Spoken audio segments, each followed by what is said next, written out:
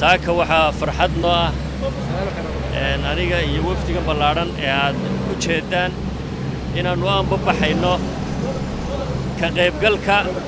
dacwaddii badda ee u dhaxaysay dawladda federaalka Soomaaliya iyo dalka Kenya dacwaddaasoo maraaxiil kala duwan soo martay ilaa 2014 qaybtii hore oo shaqada badankeeda ahayd dhageysiga dacwadda ku salaysan qoraalka iyo cadeymaha waxa ay soo dhamaatay 2018 December 2017 iyo 2018 shaqo aad u ballaaran baa laga qabtay waa wax dadkoo dhammi arki karaan oo maxkamadda websaydadeeda ku jirta idinkuna indhihiinna aad ku arki kartaan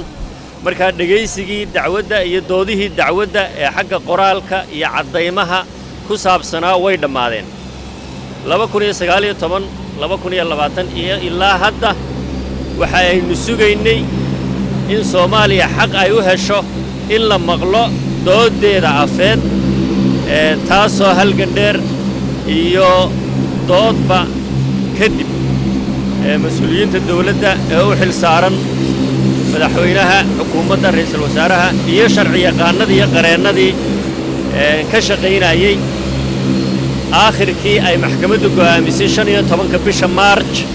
oo aynu hadda ku jirno in la dhageysto doodda afeed ee dacwadaha maxkamadda arrintaas hadda ayaan u aanbabaxaynaa mas'uuliyiintan ay u jeedaan waxa kaloo iyaguna jooga oo ka qayb qaadan doona habka virtualka garyaqaanadii iyo sharci yaqaanadii iyo khubaradii kale waxaa dhageysiga dacwaddu uu ka koobnaan doonaa laba hab maadaama cudurkan COVID-19 uu xadidayo dad kooban inay maxkamadda joogi karaan dadka intiisa kalena ay kaga qayb qaadan karaan online idinka qudhiinnu maxkamaddu way furan tahay waxaan idinka codsanayaa idinna soo jeedinayaa maadaama halgan umadeed iyo halgan shacab ay tahay dacwad taariikhiya ay tahay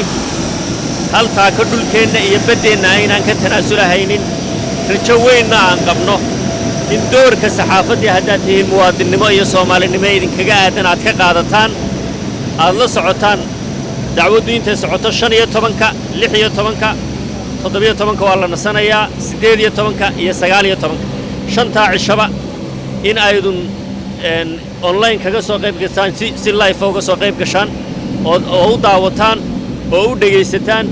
oo u adorestaan oo u faaqidaan kalsooni weyn baanu qabnaa ilaahay idamkiisa inaanu ku guulaysanayno 2019 dabayaaqadeedii bay ahayd in dhageysiga dacwaddan la isugu yimaado sababo jira awgeed iyo cudurka COVID-19 2019kiiba 3 goor baa dib loo dhigay mar afraadkii waxaan ku adkaysannay annagoo kuwaa horeba diidnay inaan dib loo dhigi kara haynin hadda diyaar baynu u nahay inaynu ka qayb galno insha Allahu saakaannu aanbabaxaynaa 15 ayay bilaabmanaysaa dhageysigeedu ilaa 19 waa ay socon doontaa guul baan rajaynaynaa halganka taariikhiga ah ee wadaninimo ee dalkeenna aynu ugu jirno dhulkeenna ugu jirno baddeenna ugu jirno kaalinta media hadaatiin saxaafadda madaxa bannaan iyo saxaafadda dawladdaba idinkaga aadan ee aydin ku leedihiin waa inaad ka qayb qaadataan guul baan inoo rajaynayaa waa mahadsantihiin maalin walbana warbixin waa idin soo siin doonaa insha Allahu tacaala wasalaamu calaykum waraxmatullaahi wabarakaatuh